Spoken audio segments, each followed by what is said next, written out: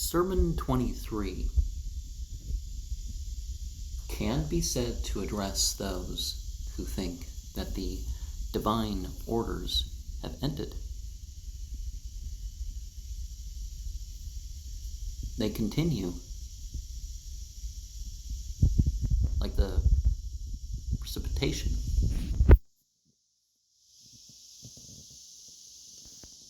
And if people have a lot of things, you don't worry about it. That is their responsibility.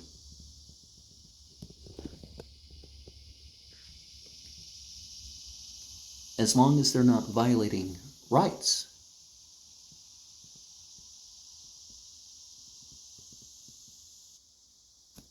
Are doing something shameful.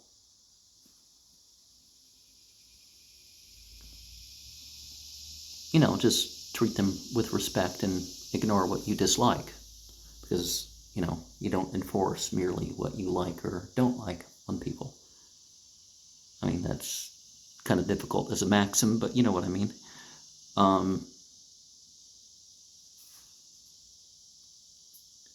And it's better to work on your memory than it is to work on your property. I mean,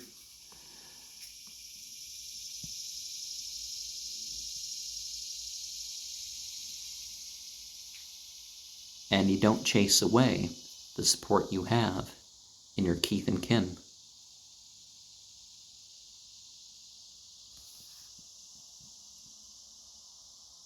Because you work together to deal with the trials of this world.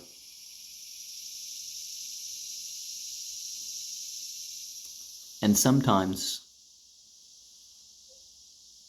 the various goods of this world and the hereafter are joined in people.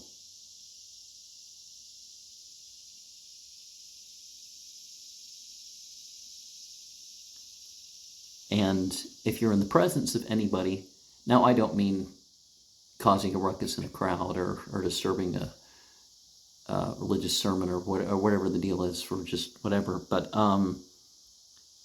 people of any difference of opinion sort of deserve to be heard.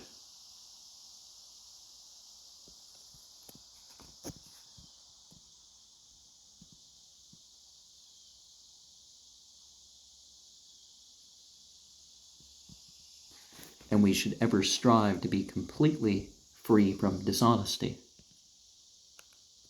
And that includes certain uncertain, unlawful from the religious perspective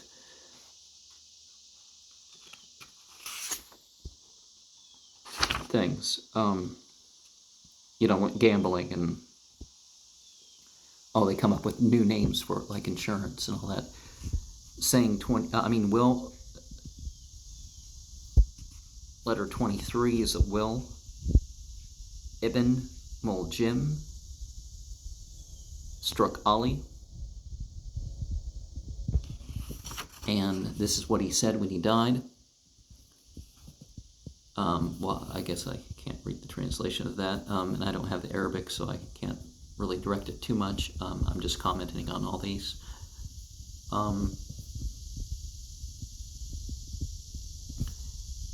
If we forgive people, let this be something that we are doing to draw people near to God. If somebody's going to be confused, obviously, and let us leave behind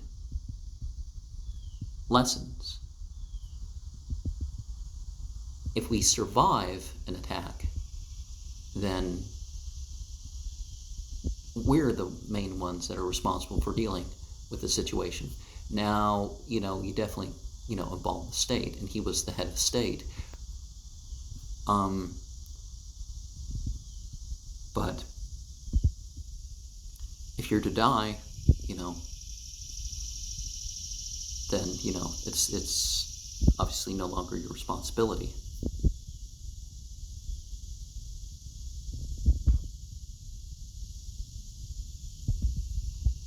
And Islam is seen as two paths.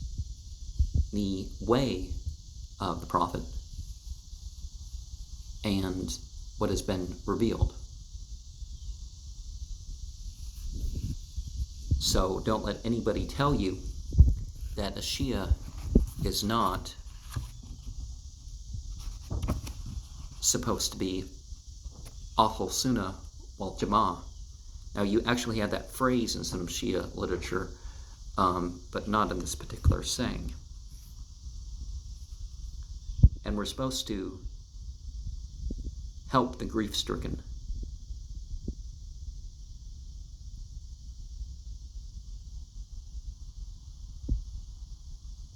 And other hardship. And that can even lift some pretty heavy sins from us. وَلَا يَتَعَلَّمَنَّ مِنكُمْ وَسَعَةَ أَنْ يُؤْتُوا الْقُرْبَى وَالْمَسَاكِينَ وَالْمُهَاجِرِينَ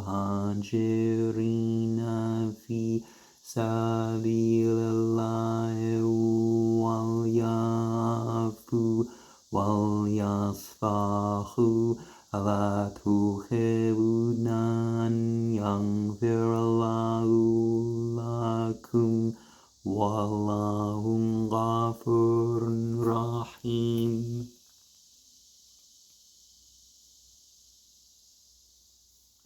And this, of course, is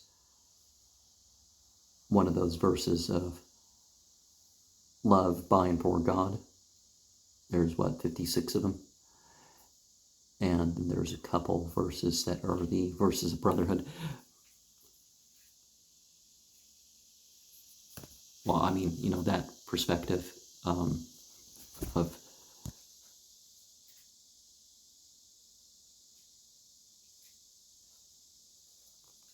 and forgiveness. One of the things that we do forgive for is out of that love of God. For that love of God. And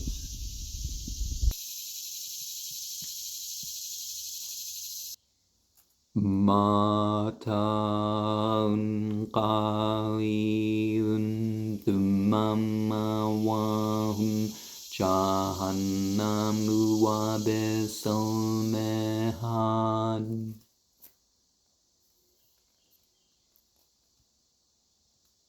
And let us realize